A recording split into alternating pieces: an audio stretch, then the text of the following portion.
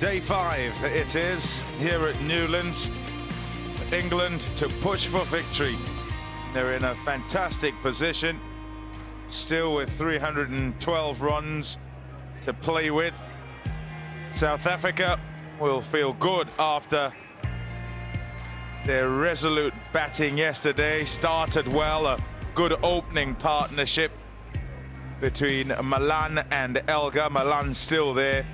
Hamza batted decently and was undone at the end of the day yesterday by some wonderful skills. Reverse swinging ball and then just edged one through. Maharaj sent out as night watchman, did his job. 9 balls he had to face. Oh, bat broken. Hit the splice. Wow. Who says Jimmy Anderson's old? 37 years of age and breaking bats like this. In front, in front. Finger goes up straight away. And Maharaj walks off. There's the breakthrough for England. Who but Anderson?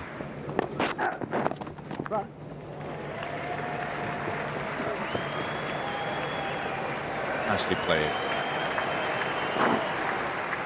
Tickled down the corner and 4 runs.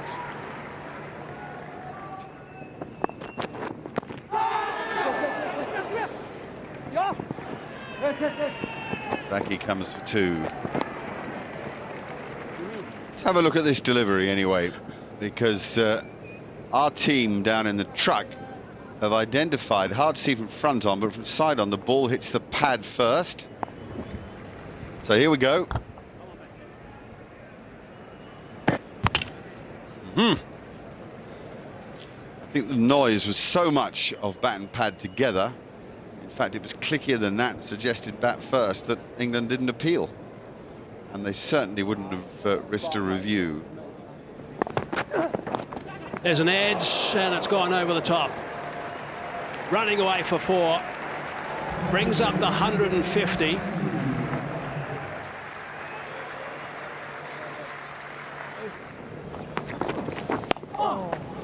That's a beautiful shot. Rocking it on the back foot. That is his want, and he's just cut that away, really, off the blade for 4. A coach will often talk about a forward press off the spinner, and Malan does it perfectly here. Catch! Taken! Dom Bess, what a moment! What a moment that is for the young off-spinner. Faf du Plessis hangs his head. He looked so solid, played so well. Trying to hit with the spin, has picked out the man on the leg side. So what have we got? We've got 10 minutes to lunch. I suspect Root won't take it until after lunch. Bess has just got a wicket. There's a hint of reverse with the old ball, so he may just feel that he'll use the next 10 minutes and then allow his fast bowlers to have that 40-minute break and then go for that brand new Kookaburra afterwards.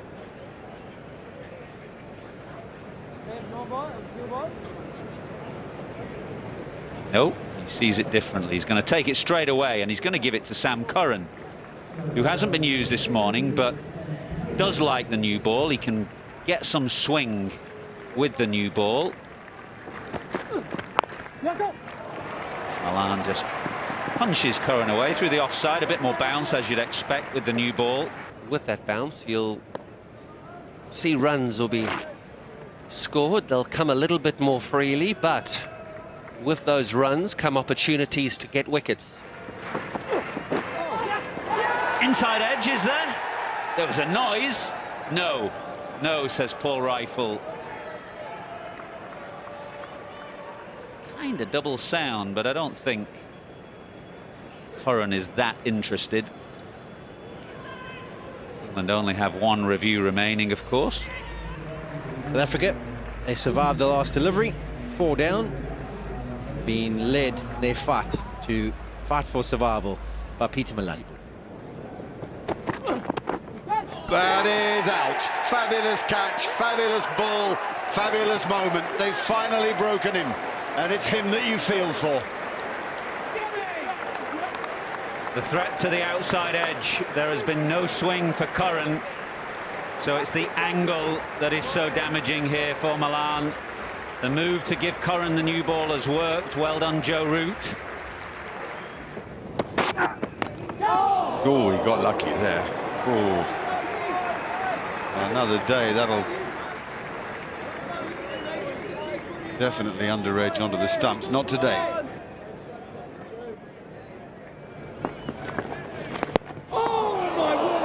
Now, did he drag his foot out? That's the question they're going to be asking. Basically, I think played right over the top of that. Just dips, beats the outside edge actually, and pitched in the footholes, but just not turning enough. That's an unbelievable shot. He's just seen one scurry along the ground, and he knows that you need to still score. Oh, it's a good shot for us, Dennis. Denley won't mind seeing the shot. Quinton de Kock won't mind playing it. It's fraught with danger, but he's executed well that time. It's gone for 4.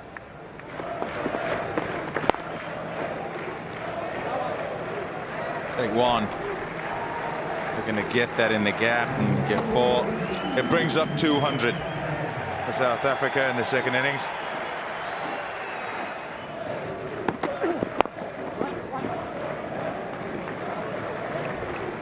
'50 partnership, not of great relevance particularly, but we'll note it from a statistical point of view. And Dustin and de Kock will just take a moment out to congratulate each other and say well done, but it's a long, long way to go yet. Let's get through to tea. Just too full. De Kock squeezes it firmly through the offside to the boundary.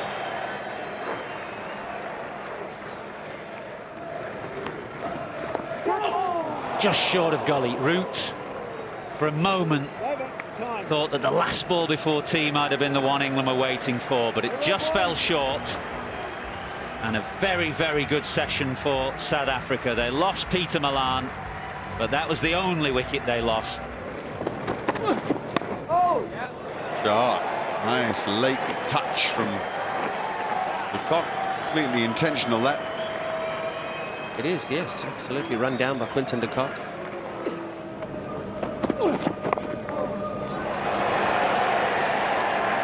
Again, I think it's intentional.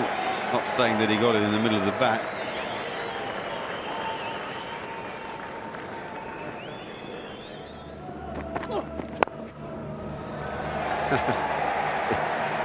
Yeah, heck of a player, this guy. 50 for Quinton de Kock.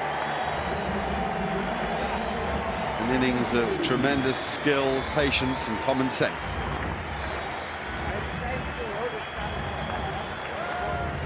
And, unsurprisingly, the slowest 50 Test match cricket that he has made. Oh, he caught it! It's a long hop, and it's been smashed to short mid-wicket, where Joe Root has taken the catch. That picture tells you all you need to know. A moment of disbelief wherever you turn.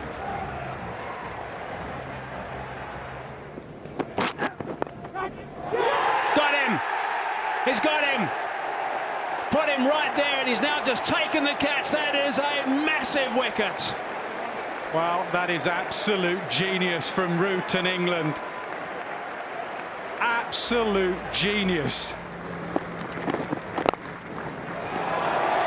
Yes, you ball it full, I'll get on top of it.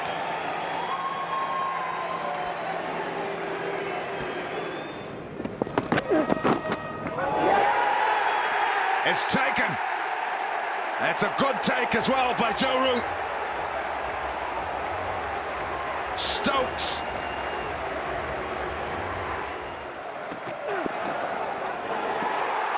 Gone! 2 in a row. What a catch that is. From how close they are and how quickly he's bowling. Some reaction to just punch it up and then keep a hold of it. Crawley with a stunner. Ooh, looking for the Yorker. It was a full toss. And no, they're not running. What's going on? Well, it's too late now, Vernon Philander. That single that was turned down at the end of the Bess over has proved to be very costly because Pretorius went, then Nortje. And it's a long, long way to go now for South Africa. It really is. And of course, both sides have played their part in that. It looks like a boundary for Vernon Philander, who's clearly decided to take Dom Bess on his own. But I think he's been out there long enough to get down the other end and deal with Stokes, who's a bigger handful. Catch that! Yes, they do! England win the second Test match. Maybe they do they? Yes, they do. We thought the umpire was looking at the front foot, but no, he's pulled the stumps. For the first time since 1956-57, under Peter May, England win in Cape Town. Well, it's the most glorious advert for the five-day game.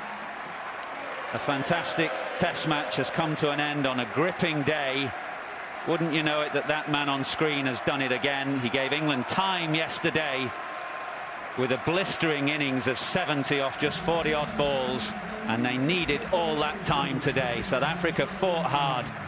They really did. They got to tea with 5 wickets in hand, but a bad moment from Quinton de Kock just opened the door for England. Because of course this is his last Test match here, so for all England's celebration, Vernon couldn't hold them at bay. He's got his wickets here, an awful lot of them, something in the mid-50s at about 17.5 apiece. Yeah, thanks, guys. I got Quinny with me. A little bit disappointing, obviously, the celebrations in the England dressing room. You guys looked good for so long. It looked like you were going to pull it off, and at one stage it actually looked quite comfortable. Yeah, I think the boys fought really hard. This second innings of ours. The English, obviously, the bowling lineup made it very difficult at times for us. And yeah, they also kept fighting the whole way, as you can see. So yeah, no, they bowled really well, and yeah, congrats to them. What was the talk in the dressing room? Even if you guys go down, you've got to try and push them as far as possible. Yeah, obviously we tried to push them as far as we can. We knew today it was going to be hot and sunny, and the bowlers are going to spend a lot of time on their feet. So we just try to push them as far as we can. Fortunately, we just fell a little bit short. But yeah, I guess it's 1-1 now. You played nicely yourself. It's a different game plan than to what you're accustomed to doing. How disappointed were you when you looked up, you had middled it, and you'd picked out that fielder? Yeah, obviously it was quite disappointing.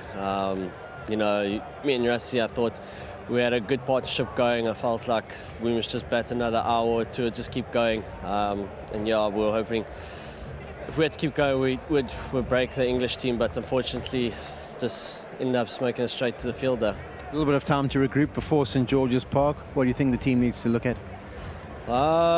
Not too sure, to be honest. I'm going to go away now. I'm going to put my feet up. I'm not going to think too much about cricket at the moment. I think more getting away from the game is more important than thinking of the game at the moment. So we enjoy a couple of days off, and then when we regroup, we'll chat and get together and talk about things. Lastly, some words for Vern. You've stood behind the stumps of him here at Newlands on many occasions. Just a good word for him. Yeah, obviously we're going to miss Big Vern. You know, he's caused a lot of trouble for batsmen, especially here at Newlands, also all around the world. So we're going to miss him. I'm sure the whole Newlands crowd's going to miss him. And obviously, yeah, I think it's just fitting for him to, well, for us to say farewell to him at his ground. Okay, thanks, Quinn. Thanks for your thoughts. Cool, cheers. So English guys down with you. Not often that I feel short standing next to players, but Stuart Broad, we'll start with you. Got Zach Crawley as well. That was hard work, but in the end of the day, you've got to be enjoying this moment. Yeah, very special. I mean, the crowd has been exceptional today. It's been an incredible day to play in a great Test match, actually. We had to work incredibly hard. I think we knew we were going to have to do that from yesterday's play. Incredible sort of discipline from South Africa throughout the day, but we kept saying all the time, one bit of magic, let's try some funky fields, you know, one breakthrough, and we can apply some pressure, and fortunately we got that. Had to think outside the box. who was the man behind the court down the leg side? Who's the clever guy? To be honest, it was I put a leg slip in to try and get him to stay leg side, to try and bring the edge into play, and then missed my line by about 3 foot, and it ended up getting guided to leg slip. So with games, especially on pitches like that, you need a bit of luck chasing 10 wickets, and then you need a hell of a lot of character and skill. And I mean, Stokesy's finish with the catching towards the end is something we've worked a lot towards, and we're very proud of the standard of taking our chances and the character we've shown throughout the Test match. Oh, awesome! Absolutely brilliant!